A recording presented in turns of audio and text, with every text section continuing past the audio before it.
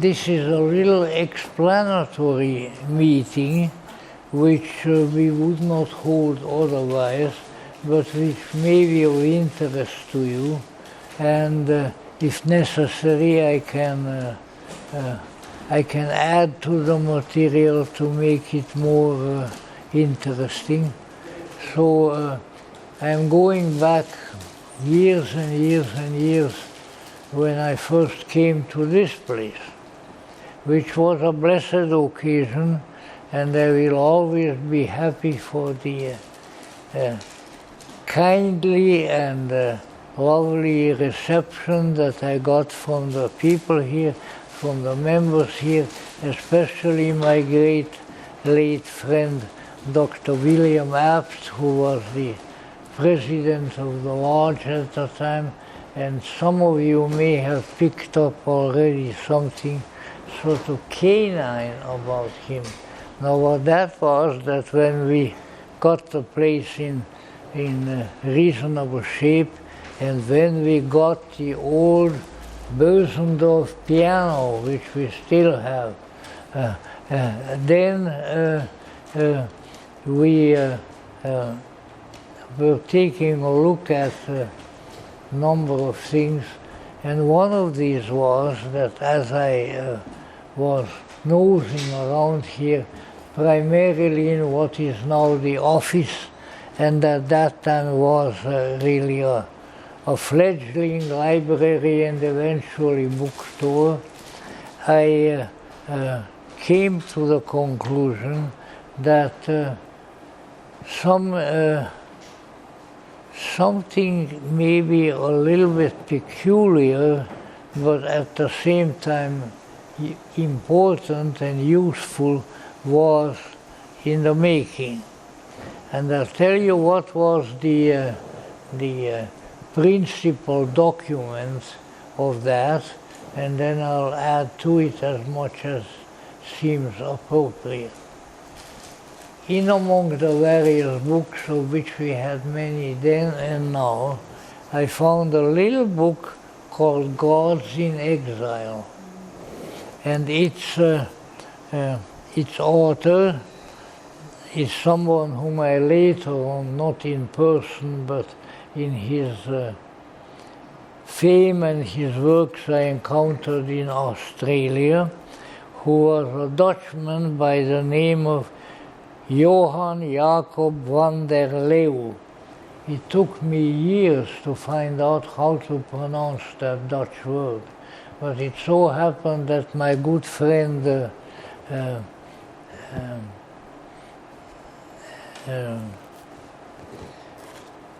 who was my good friend who died, many of them. Anyway, this was Tony Lisi, who worked for years and years and years in Wheaton, and Tony Lisi had a glamorous sister. I met her once in Chicago, and then she married, and she married a Dutchman. You know, people do strange things like that. So she married the Dutchman and moved to Holland. Well, that was the beginning of a whole series of stories, but in any event, she was there, so we had this contact in Holland among the Dutch. So I told Tony, when are you going to see your sister again? Oh, well, I don't know, next month or so. So I tell you what, you go there and you tell me what do they know about somebody named J.J. van der Leu, which they told me how to pronounce. I always thought it was van der Leu, and especially about his little book, Gods in Exile. Now, I knew that he had written other books, and I have read some of them, but this is, there is something very special about this, and I'll tell you in a minute what. So, certainly we found out very soon, and that's when I found out that the name is to be pronounced van der Leu, and the meaning of it is the same as it would be in German, namely from the lion. And his name, the only way, I did not check into it further, the only way I figured that he's probably from a noble family in Holland, and so probably his coat of arms was a lion. And so from the lion van der Leu, but it should be pronounced Leu. After years I found out that it's not van der Leu, which it would be German, but van der Leu. Now, all right. Let me, before I start quoting from it, by which time you may find it useful to read. Not really, because it's some very wonderful content of it. J.J. van der Leu was a Dutchman who owned, I think, vast plantations, like Dora Kunz's family did, in Java and related territories, because that was all Dutch colony at that time. And so, obviously, Dr. van der Leu, he was a doctor, I think, of the University of Utrecht, and others. This all came together. He became a great admirer and follower of C.W. Leadbeater, and as such, became for a while very popular in the Theosophical Society. He also had other talents which in the end signaled his end, which was that he was a pilot, and he drove his airplane all around the world. Interesting man. And consequently, at least two people whom he knew named him quite accurately the Flying Dutchman. He was a Dutchman and he flew. And you know who those two people were? Sigmund Freud and who would the other one be? C.G. Jung. They both knew this man, and they were very fond of him, and they called him our Flying Dutchman, Vliegende Hollander. So that much to begin with. And the Flying Dutchman, in addition to everything else, which I'm sure had set him apart from a lot of other people, also had quite a bit of money.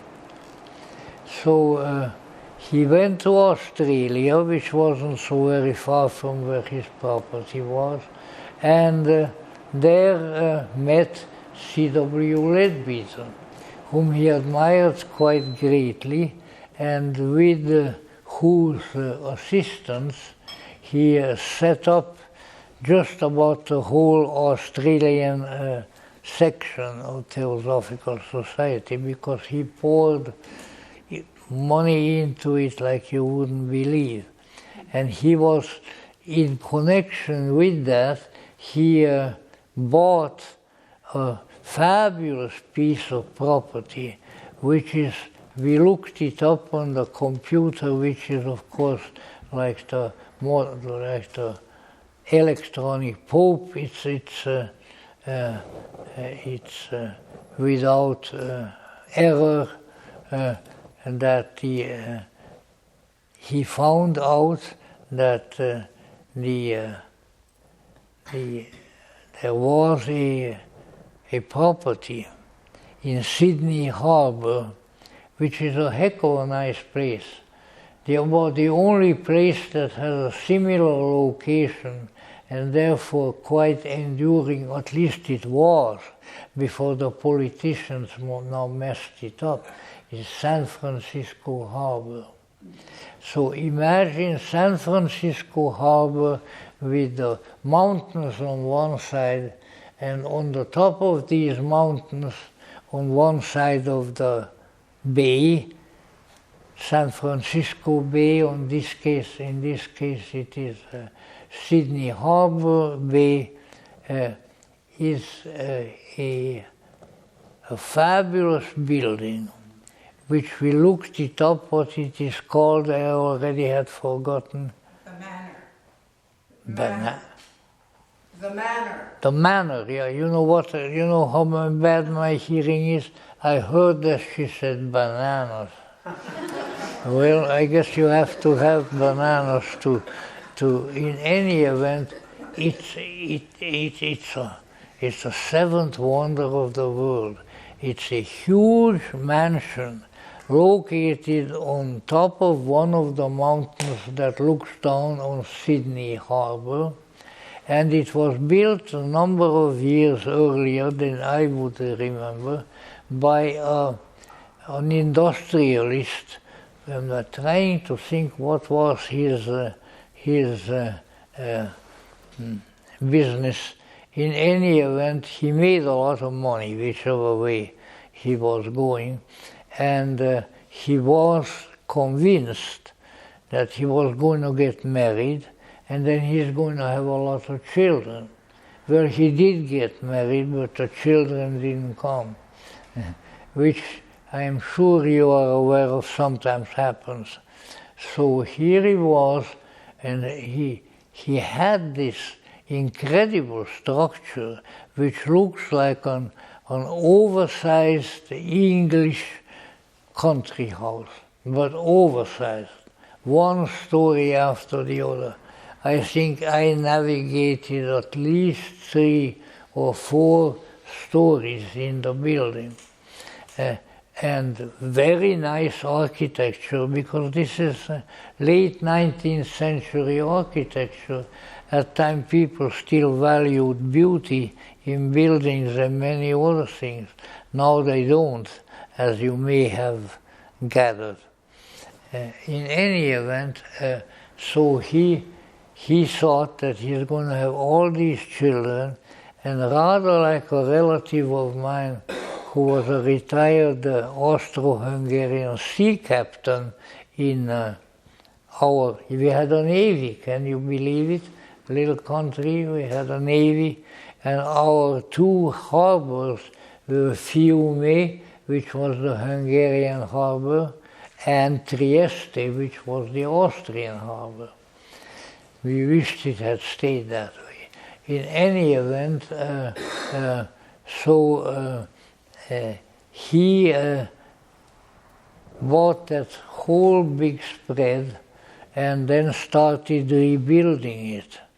And the building was apparently, according to the, and I shouldn't keep you here forever, I shouldn't in any way, according to the rules of the late 19th century, when you were expecting a big crowd, then you built a big house. So they sure as heck did. He was this and you know, it was a little bit familiar to me, because I also had in Hungary an uncle by marriage who was an Austro-Hungarian sea captain, and who had, when he retired from the Navy, he built for himself a fabulous big country house in northern Hungary, and his son in turn married my aunt, my mother's sister. So I've been there a great deal. They had 6 children, which was enough even for me to cavort around with. 3 girls and 3 boys, and I thought, you know, this place in Australia, this is a somewhat smaller, but still it's a spitting image of the old sea captain's house in northern Hungary. Now why? Because there's a certain architectural style where like you have maybe 2 or 3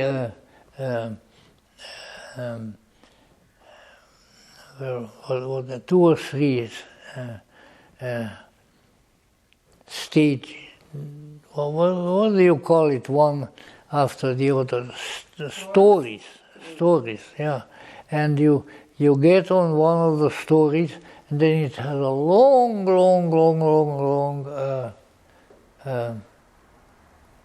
what? A long hallway, a long corridor. And if you go to the very end of that corridor, you come to the very end of the building. And and there are rooms opening from each and every one of the corridors. So it's really quite a place. So I knew about it for years, and that's where Leadbeater was ensconced for many years, and many others. A lot of the young people who were young back in the end of the 19th century, like Dora Kunz and Fritz Kunz and many others. So it's really a fabulous place. So there's, for reasons that I am not going to go into, I was not deemed worthy to stay overnight at that building, which is called the manor. In secret and hidden away in the depths of the office, I could tell you, but I won't. In any event, I wasn't invited to stay at the manor. But once I was there, I was kind of glad, because I didn't like the place that much. Just a big, old, cold building. In any event, however, I was invited to come there and spend a day. Now, the way that worked out was that the general secretary, who became very friendly to me, a very, very nice man, wonderful man. He was a theosophical saint, if there ever was one. He was such a good man. He invited me to come in, and that entire day, which I think was a Saturday, I was bidden to sit in Bishop Leadbeater's office. I sat before his old 19th century roll-top desk, you know what they looked like. And I was more or less invited to do anything I pleased, except maybe set the place on fire. But anyway, I went there. I came there, and it had a very good elevator, because these were early technical people. And so I got in the elevator and got up to the first story, because that's where Leadbeater's office was. So I came out of the elevator, and in front of me, kind of like here, the cabinets, but longer, was a huge and really magnificent library. One book after the other, and most of them in beautiful old 19th century bindings. Beautiful stuff. And so I came in, and I walked out of the elevator and headed straight for the library. Where would I go but to the books? And so as I got there, something curious happened. I'm not going to go into details, because you didn't come here for just details of my Australian trip. But I'll tell you that much, that I came out of the elevator and walked straight to the bookcases, which were up to the ceiling. And so as I went to the bookcases, I went straight to the wall where the bookcases were, and sort of bumped into a few books. And the very book that was right attached to my nose was a book that was of singular, but amazingly singular importance to me in my childhood. So if you want to know what it was, I'll tell you. It was one of the 3 volumes. The 3 volumes together are entitled Christ and Antichrist by So what's the author? 19th century Russian author. It'll come to me a minute. I always knew it. In any event, was an extremely important book to me, especially the second volume, which is this was a 19th century Russian writer, novelist, and he wrote this trilogy which starts with Julian the apostate. Then from there it goes on to the second volume, which is who is it? I think it's Leonardo da Vinci. Yes, and then the third one is Peter the Great. If you want to read some strange stuff of 19th century literature, and the author is a 19th century Russian novelist called Nikolai Merezhkovsky. So I read all those three when I was a little kid, or child, because I wasn't a little goat. And so, let's say, I was reading them, and when I came to the second volume about Julian the apostate, I came something that grabbed me for my entire life. And that was Julian the apostate, who was an emperor of the Eastern Roman Empire, because they were splitting already, was the emperor of Byzantium, because Rome was still different, east and west. So Julian the apostate, who was the nephew of Constantine the Great, took over the Eastern Roman Empire, but he also took over something else. He couldn't stand his uncle's religion, which was Christianity. And so he tried various tricks without tricking his uncle too much, whereby he could reconstruct the double empire to his liking. And one of the things he did, well, here are these, we have so many religions, and about most of them were these doggone Christians whom he couldn't stand anyway, and he said, we'll have to do something about this. So he as the emperor, convoked a universal church council, and all the Christians, or who called themselves Christians, or were in some way connected with that, came.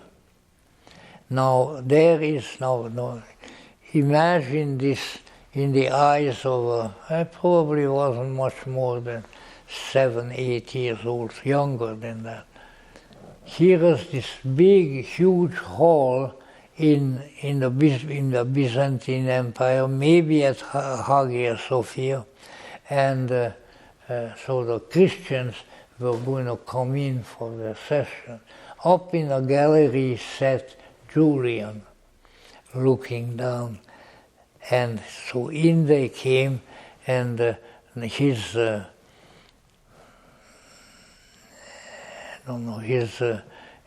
assistant was telling him which kind of Christians were coming in.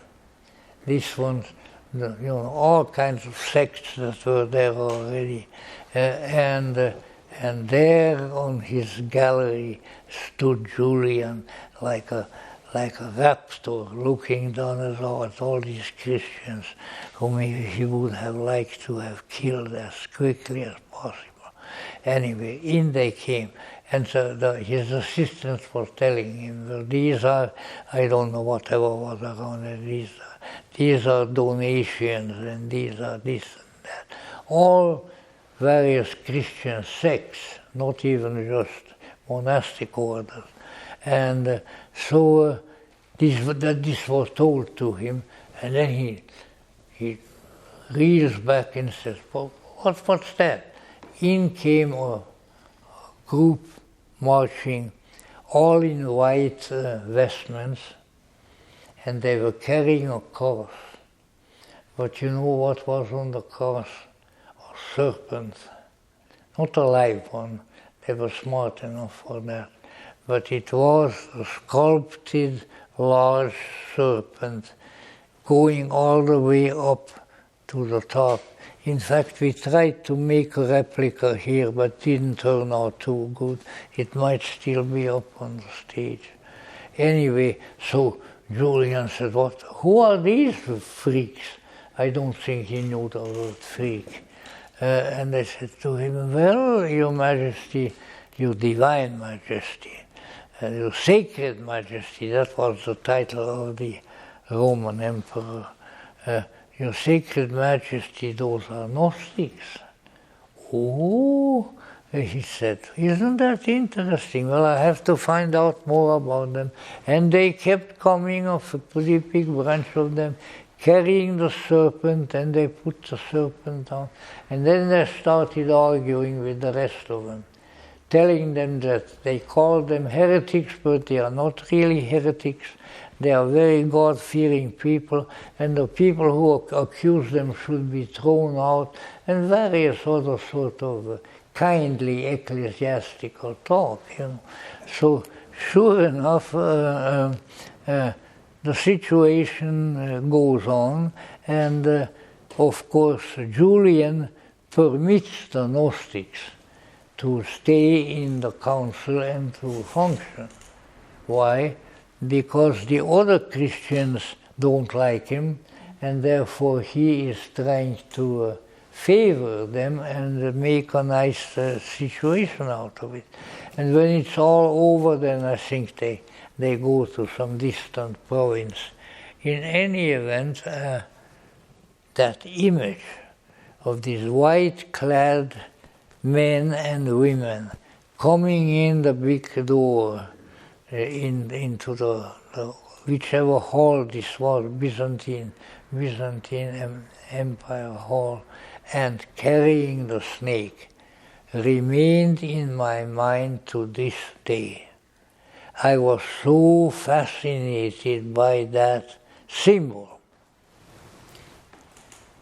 You know, long handle. It's like a processional cross, but the cross itself is a brass snake.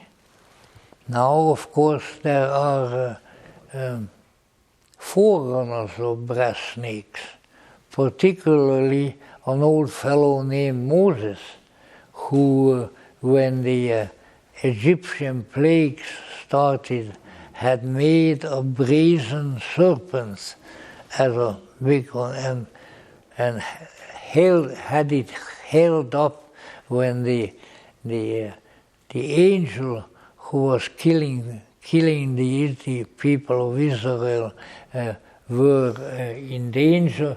Then it held up that serpent, and they were healed. So it became a healing symbol in Hebrew literature. In any event, I wasn't concerned with that. Let the Hebrews do whatever they wanted to do, but I sure liked that snake on the cross. And of course, I liked snakes anyway. And there were oodles of them in our garden, but none of them were poisonous. So I would go out and play with them, and I catch the little ones and take them to my mother and put them in her lap. And then my mother would jump up and say, that's a snake! Well, of course, Mother, what does it look like? Does it look like an earthworm? You know? Let's say I trained my mother for snake handling and snake worship in a very efficient fashion. And I would bring her, tiny little snakes that had just hatched from their eggs. And I'd bring it to her and put them in her lap. not to a great deal of approval on her part, I must say. But anyway, we had, and these were all harmless snakes, have big yellow patches on their heads. The Hungarians have a name for it, and they are sort of half water snake because we had a river nearby. They went to the river to swim. When you saw them swimming in the river like that, which I was a little bit anxious about, because I thought, what if they bite? Well, that kind of snake I only encountered many years later in the state of Mississippi, when I was sitting on an old broken down bridge, and underneath it a muddy, ugly looking river. And looking down in the river, I saw something swimming, and it came right toward where I and my friend were.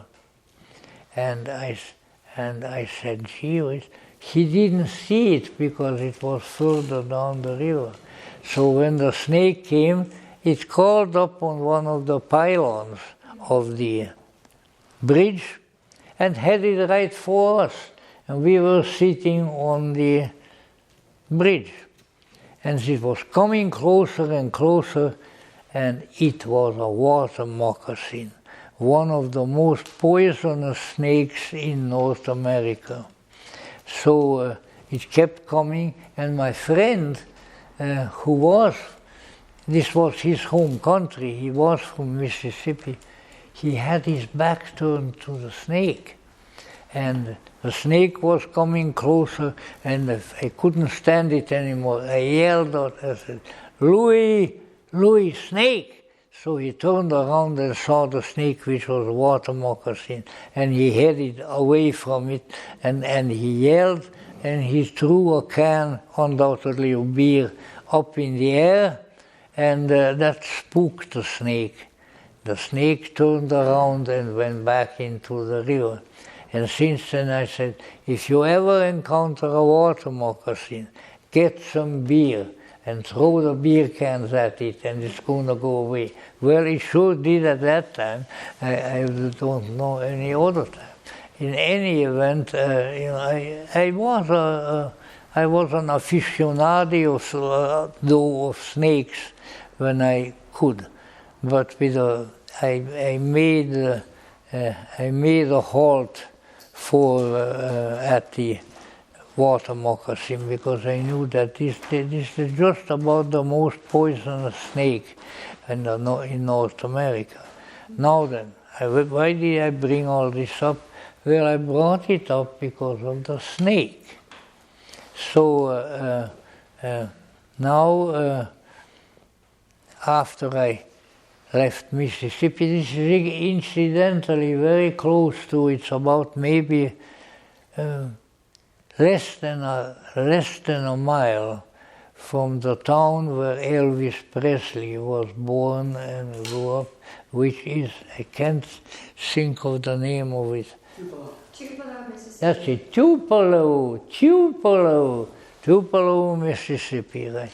But the snake by then had too much of us, went back into the water, so that was very welcome.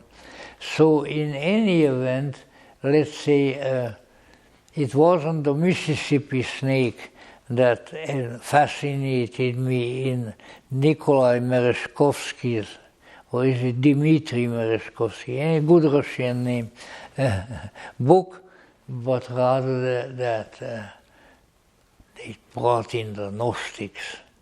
And this image of this group of people carrying a slender metal rod, and on the rod the brass snake remained in my head forever.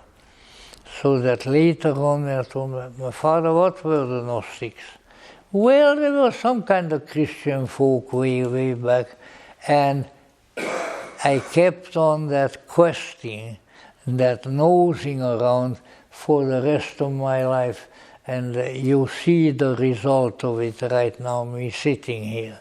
So in any event, that picture, which there wasn't actually in the book, it was only described that they were coming carrying the serpentine cross. But I never forgot that. So now then, why did I bring all that up? Because that was my first encounter with apparently Gnostics. And Nikolai Merezhkovsky or Dmitry Merezhkovsky, whatever his name was, maybe both, Merezhkovsky was not only a good historical novelist, but he was a doggone good historian. So he was excited by that picture almost as much as I was.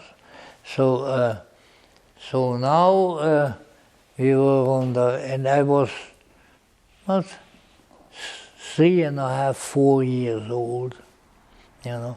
But now the hunt was on. Stephan hunting the Gnostics. And wherever I went, of course I headed for books, and this encyclopedic historical works and so forth. Open up the book to G, look at Gnostics. Look at Gnostics and look at the snake. And that's how it went. And we went visiting quite a bit, because we were country squires, let us say, my father, and so we went around visiting other landowners and distant relatives up and down the countryside. And by going there, of course, I headed right away to the library. Everybody had a library. And I came across Merezhkovsky's books, and which were really very, very interesting. Because by the time you come to the second volume is Leonardo da Vinci, the third volume is Tsar Peter the Great.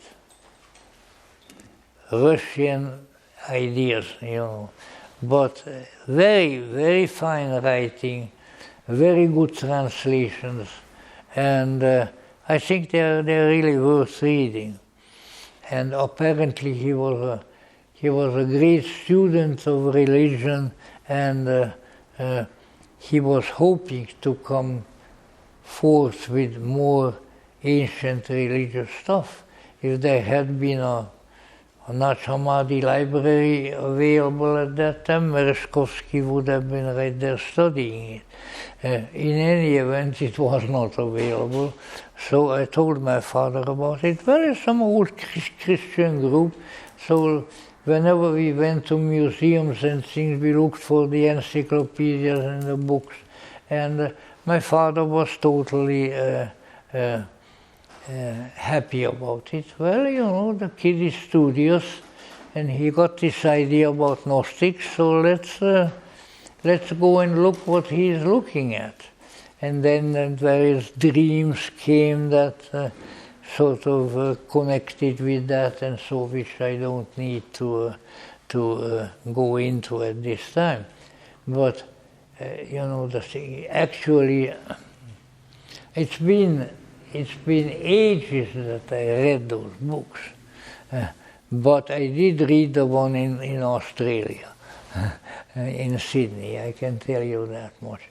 So what I finally came to the conclusion about was that Merezhkovsky was a sort of a modern Gnostic, or at least a passionate heretic, and so he put this scene into the second volume because he wanted to see how people would react to it. And it was also the time of religious ferment in Russia already. It was going toward the Russian Revolution. The snake probably would have been Lenin. Real snake, if there ever was one. And really poisonous too. But in any event, it was something that really caught my attention. We went on and on and on. And to that were added dreams and different things, because now I was on the path of the snake. So the snakes would come, various things. And of course I would play with the live snakes outside too, because I knew they wouldn't do anything to me. I have been playing enough with them. I would put them in my handkerchief and bring them in to my mother. And she'd look at it, that's a snake. Well, yes, mother, I brought you a snake. That's why it's a snake. You know. But in any event, it went on nicely. Nobody got bit, particularly because we didn't have the biting kind of snakes. But I was on the path of the Gnostic, snake or no snake. And that went on and on and on. And as soon as I got to, my father was teaching me to read in the house. Now he says, forget the school right now. So in the morning I would come out of my bedroom and in my pajamas or so, and there was this, I wanted this big dining room. And there at the table sat my father with about 5 or 6 different containers of Balkan cigarettes. Serbian cigarettes, Bulgarian cigarettes, Turkish cigarettes, Egyptian cigarettes, all of them. And then he would give me the beautiful metal cigarette boxes, not for me to smoke it, of course, but to play with. So I kept postage stamps in them and this, that, and the other thing. But at the same time, what I was really looking for was not there, and that was the Gnostics. And then I'm not going to go further because this is too much autobiographical, but let me just say that the next big event was when I was about 3 years old, and there I encountered a dream. The dream didn't have a snake, but it had a demiurge. The demiurge holding the globe of the earth, like a great big devil with claws, long claws, embedded in the globe. And of course we had, globes and stuff, people had that in those days. And with his claws embedded in the earth, and big drops, which could have been drops of blood, drops of tears, whatever, dropping out of the globe. So I was quite interested. That's not the sort of thing I usually dreamt. So then I told my father, and my father was always interested in everything I was interested in. Oh, come on, show me, how did that look like? Where did he come from? This and that, It's a longer dream than that, but we don't need to know all of it. But let us say, and this was on a Sunday morning. We had our own chapel in the garden. It probably held about as many people as this does. And so we had a priest, the chaplain, who only came about once or twice a week to us, with us for breakfast. So my father asked him, look, the boy is having strange dreams. So tell the father. So sure enough I did. My 2 fathers by then, my real father and the priest father. And the priest was, my gosh, his eyes were coming out of his head. He says, I can see that because it says the earth is crying from the tears of evil. Of course, that was already, Hitler was already on his way, all of those terrible things. And I said, well, all right, that didn't make too much sense to me. But then I went out and was out with the snakes in the garden and enjoyed myself. But let us say it was the beginning of a lifelong search for some people of whom the only thing I knew that apparently Julian the apostate included them in the big church council, and that they were known as Gnostics. And then, if you keep looking for something, and you even have an aim for it, but doggone it, you're going to find something. Because your attention is what really creates the discovery. If, let's see, who were those, Sidney and Livingston, whose book I had, because my father would get me these real beautiful 19th century books with wonderful woodcut pictures in them, including the discovery of Livingston by Stanley and things of that sort. Of course, they were not Gnostics. They would have run and screamed if somebody accused them of such. But in any event, from then on, wherever we went, is there an encyclopedia there? Is there a history book there? Boom, let's see. And it went on and on. It went on until I was 16 years old. And then I was in school, of course. That's the upper gymnasium, the second. You first go to elementary school around there, which is about 4 to 5 years. Then you go to the secondary school, which is the gymnasium. That's its Latin names, and there you have all kinds of. By the time I was there, I was 16 years old, and all kinds of, Cistercian fathers, so a lot of theology and church history and all sorts of things like that. And from then, finally, the road led to Hollywood, and it led to another bunch of big books that when you looked in what do you have? You have what in German we call the various chapter headings and so forth. Sure enough, there it was, Gnostics, and from there we went. And then I discovered even something else. We had an interesting school. It was run by the Cistercian fathers in the black and white cassocks, and really nice, kindly, wonderful people. And so we went and looked in our textbook, which was a textbook of apologetics. Apologetics means the defense of the faith. Apologia, And of course we had the communists already breaking in the doors in our school and things like that. So we were quite aware of the need to defend the faith occasionally.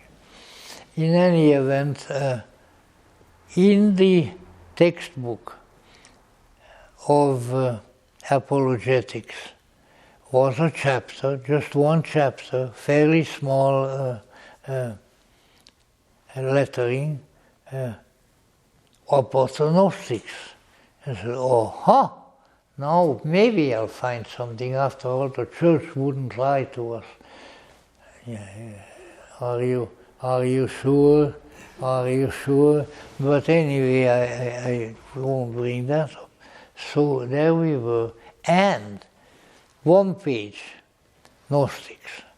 And it had such kindly words in it, like, these are the most dangerous of heretics, have been extinct for many centuries, but that's what they are.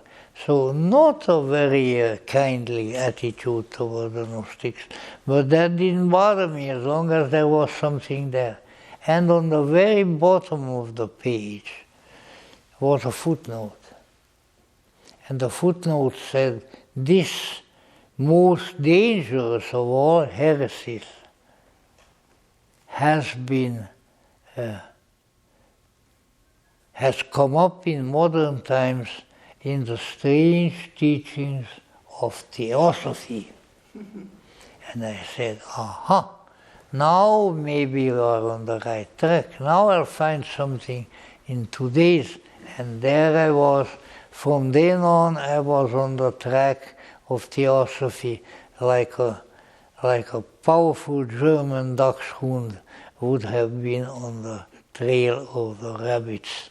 And that was the beginning that finally ended up at Besant Lodge of Hollywood, of the Theosophical Society in Hollywood.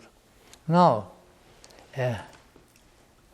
I could, of course, and bore you to death, but with numerous incidents subsequently in my life. When I saw that chapter in the apologetics textbook, I was already 16 years old. And very soon after that, I took off for Belgium, where I spent about a year. Why did I go to Belgium? It's all a whole long story. But in any event, who did I meet in Belgium, along with all kinds of the people whom you should meet are the cooks of Belgium. They have the Belgians and the Dutch are the biggest cooks in Europe. And if you are able to go there, go out on a Sunday morning to the open air markets, and there is everything in the sun, from steaks to fish to lobsters, and on and on and on. Anyway, I must say that after a number of years of starvation, it was an interesting culinary experience. In any event, but my search for the Gnostics was still there. So here I am one evening at a neighbor's house, invited with the people with whom I was staying. And while at the neighbor's house, one of the neighbors who was visiting there, he was also a stranger, looked at me and said, "I hear you're interested in Gnostics." And I said, "Yes." He said, "How is your French?" "Oh, that I read pretty good in French." "All right, come here." Went to his car, and out came books by Papists and the Martinists, and all the allusions, that's all there was, allusions at that time, allusions to some new scriptures of these weird people that have been discovered. Well, a year later I was in Innsbruck, and by then I think I was in the first year at university. And there I found a wonderful teacher and mentor who was a resigned Jesuit father, but he was still a priest. He used to say Mass, Hungarian Mass for us. Anyway, after a while I told Father J, who is described in the introduction, I think it is, of my book on Jung and the Lost, Jung and the, no, that would be the second one. In any event, my book on the Jung and the Seven Sermons to the Dead. So there I was now with some Belgian Gnostics. "Oh," I said, "you consider yourself Gnostic?" "Yes, of course we do."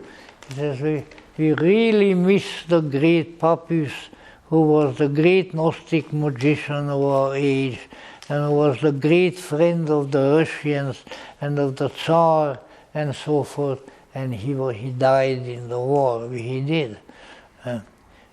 Of course, the Martinists in France have their own version. Papius, whose name was Dr. Gérard Encausse, and was a prominent medical doctor in Paris. And during the war, he volunteered, and he was in the medical corps of the French armed forces. And so here he was of course also a magician and a modern Gnostic, and he had told Tsar Nicholas, God rest his soul and his families, he told Tsar Nicholas that as long as he is alive, he Papist, no harm is going to come to the Tsar and to his family. Well, that was just about the time when Vasily Ilyich Lenin and his cohorts were traveling in sealed wagons from Switzerland to Moscow in order to start the revolution. And a man who became really a sort of friend of mine later on, who was a Hungarian, Austro-Hungarian field marshal general, was our military commander in the Ukraine. And later on, when I met him, when we used to talk, he said, I could have stopped the Russian Revolution by myself, because he was the Austrian commander in Kiev, and that's where Lenin and his buddies were going through in the sealed railroad cars to go to Moscow and to go to St. Petersburg and let us say cause no end of trouble. There's no end of it even today. But let us say these things all came to pass. And I was told that in France and in Belgium, where people, in about half the country, people speak French. That's the Wallonie, the Wallon country. And I was told that there are still people who, from the Martinist order mainly, people who were under Papus, and they are anything but friendly toward the Soviets, and they are very much friendlier to everybody else. So now I met some interesting people there. He said, we are contemporary Gnostics. I said, how did you get through all those centuries? He said, oh well, we did all kinds of things. We were hiding in various places. We turned Cathars and Manichaeans and things like that. But with all of these things, we endured, and we are still here. So I said, well, no, that's really very interesting. And so later on, many years later, when I came to this house and to this room, I went to where the library was, and I looked, and there were beautiful volumes written by G.R.S. Mead, H.P. Blavatsky's last private secretary, Pistis Sophia. Fragments of Faith Forgotten, a whole bunch of them. I said, you know what, now I got close to them. And by gum, I'm still close to them. I'm as close to them as I am to my own heart. Because they are my heart, they were my heart long time ago, and they still are. So there's a little autobiography here as to how I had gotten to this place. But let us say, I think it was predestined. And I'm not a Calvinist who believes in predestination, But it was predestined in the sense that I was supposed to. I was supposed to meet these people. I was supposed to read these books. I was supposed to join the Theosophical Society and the Gnostic Church, and I will go not just anywhere, but to the, hopefully, and with my prayers, to what the old Gnostics called the pleroma the fullness, because I am convinced that that is where I came from, and that therefore that is where I am going. And to those who are interested in these things, remember that even now, all these centuries later, there is still a call that comes out of the desert of Egypt, that comes out of the city of Alexandria, that comes out of ancient India and places like that, and that is the call of the Gnosis that promises you a knowledge, a knowing of things that you desire to know and that you deserve to know, and which you will utilize to good advantage where you know them. And that's where I am, and that's where I'm going. So this is a little bit too personal, but when you encounter something strange, when you're a little bitty kid, then what can you do? Later on you talk about it.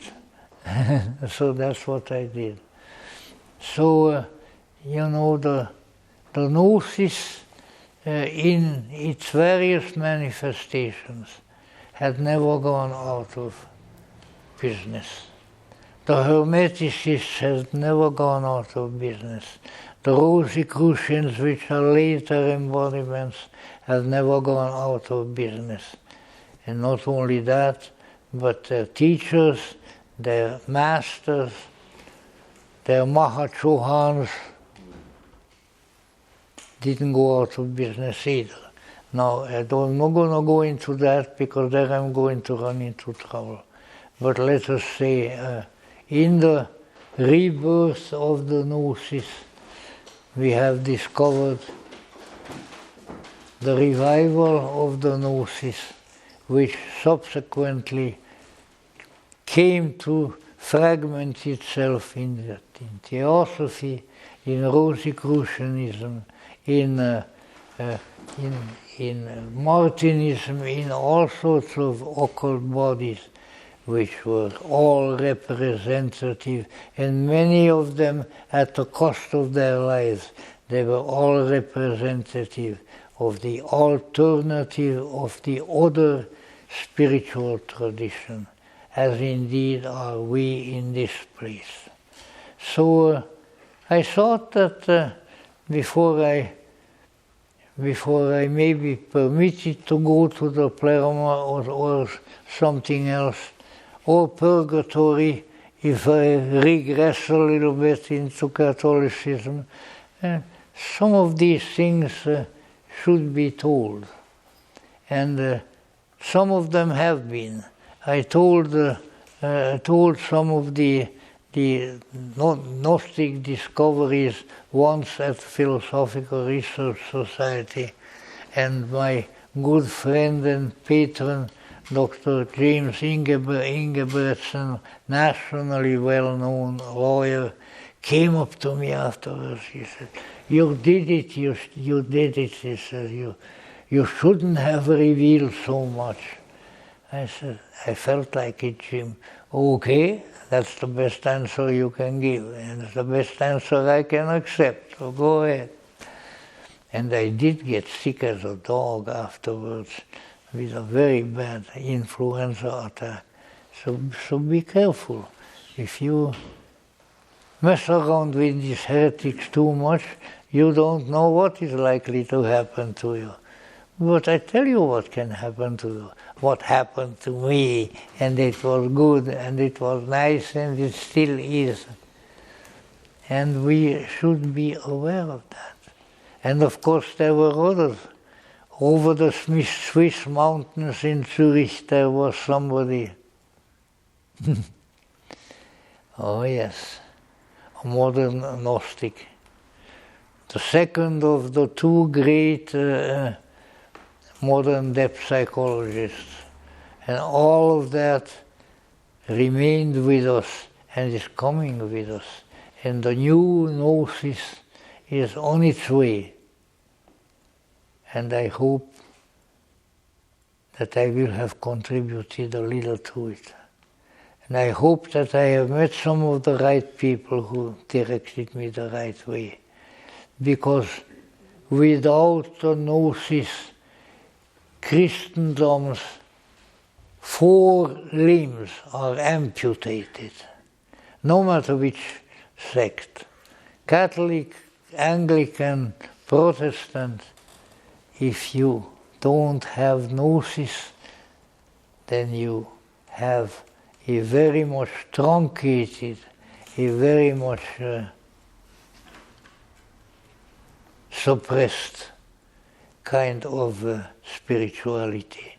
But if you are able to add Gnosis to it, then you have something. The greatness and the wonder and the salvific qualities have no end and no suppression. And I never really have said this, and I don't know why I said it tonight. Maybe there's something about you, maybe there's something about me, maybe there is something about somebody else. But it has been said that that's how I got here, and that's how I'm here with you. Maybe not terribly much longer, but Gnosis, Gnosis, Gnosis has been, and of course all kinds of details in between, has been the word, has been the reality, and it still is. So now, that's it. And let's see,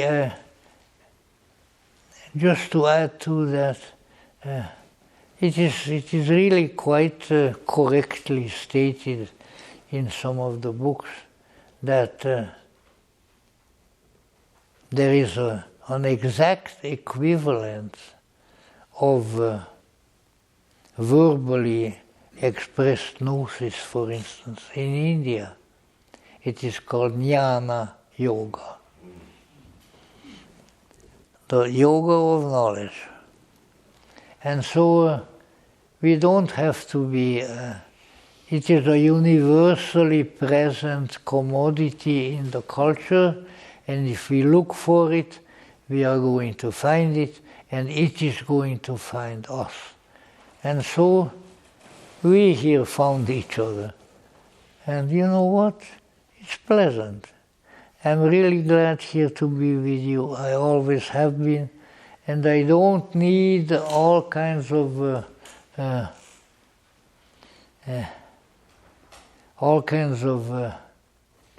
legendary. I know what it is. I know what it is. It is right here. And if you touch it, it's the greatest and the most powerful and the most transformative and the most informative thing in the universe. So let's continue to avail ourselves of it. Let's remember it, let's touch it, and then all things shall be well. And now really thank you, because I have to quit sometime.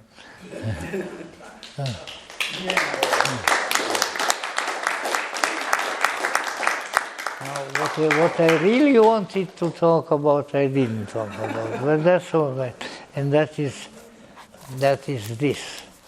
Not only this little book, but all the man who wrote it, and it was another, this is Gods in Exile. And one time Tony Lisi and I held a week-long seminar about that here. And I think that it was quite appreciated. Who do you think the gods are who are in exile? You, and you, and you, and you, and you. We are here in exile. But the exile can be diminished, and the exile can cease if we know how, if we have Gnosis. So I'll talk a little bit more about that later. And this is by this was by a very interesting Dutchman, who's Johan Yakob de Leu, who was sort of the up and rising star on the theosophical horizon, but I think he got a little bit too close to Krishnamurti, and that was not that much regarded as good. What is it when something is it wasn't cricket? That's it. It wasn't cricket. But let's say he had a great deal to do with the Australian theosophical. Or might as well tell you some tiny little things. When I got up in the upper etage, from the library, and I was heading toward Leadbeater's office. Long corridor, my gosh, as long as a Gnostic snake.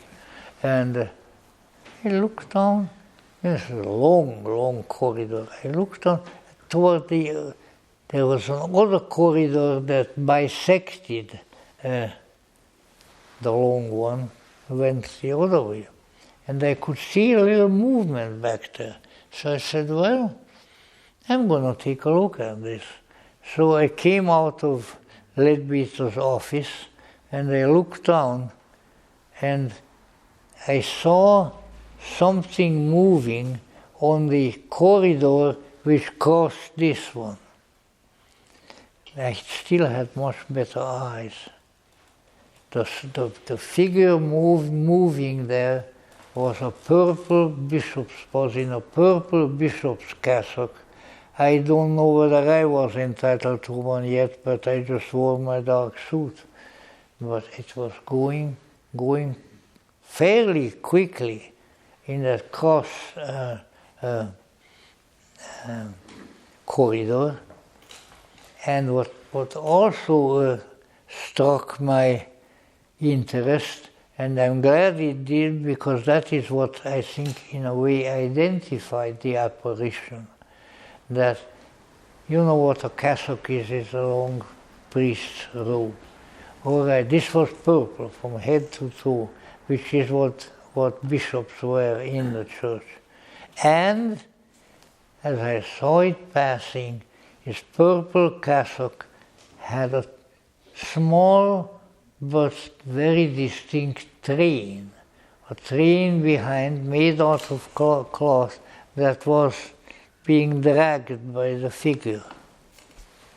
The train was probably not much more than, I don't know, about 3 or 4 feet long, but it was trailing, and the figure went and passed.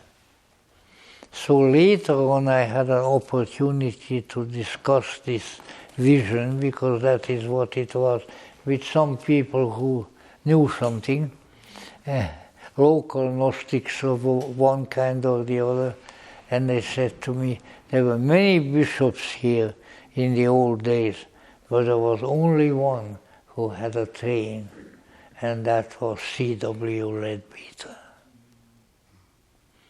And I said, well, thank you, Charles Webster, the old. And he kept going. And when I mentioned that apparition to the then General Secretary of the Society, who then became the General Society of the New Zealand section, a great and wonderful man, God bless him, I have recovered his name when we were in Canada, because there was a New Zealander there. Did you know so-and-so? I said, of course I knew him. The one great theosophical saint in my book. In any event, they were all there.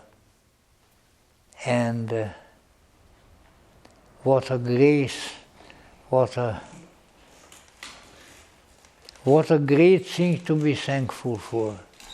to meet kindly and holy people who know the truth and who are willing to convey it to you. I will never cease in my gratitude for those wonderful people in this place as in others, and where it has led me and where it might still lead me. So I think I'm a good example as to what can come out of old Besant Lodge on Beechwood Drive. And will continue to go as long as the upper étage, as we call it in French, gives me sense, gives me strength, gives me will. I will be there, and with me will be those who are similarly led and similarly inspired. So thank you very, very much for being here. And we'll come to the gods in exile because, of course, that's who we are. We are in exile, but we are something else. We are something superior. We are those who are capable of gnosis, and to some extent have achieved it. That's what we are, and that's very, very important. And some of the implications of that I will share with you, as the saying goes nowadays, another evening. Okay.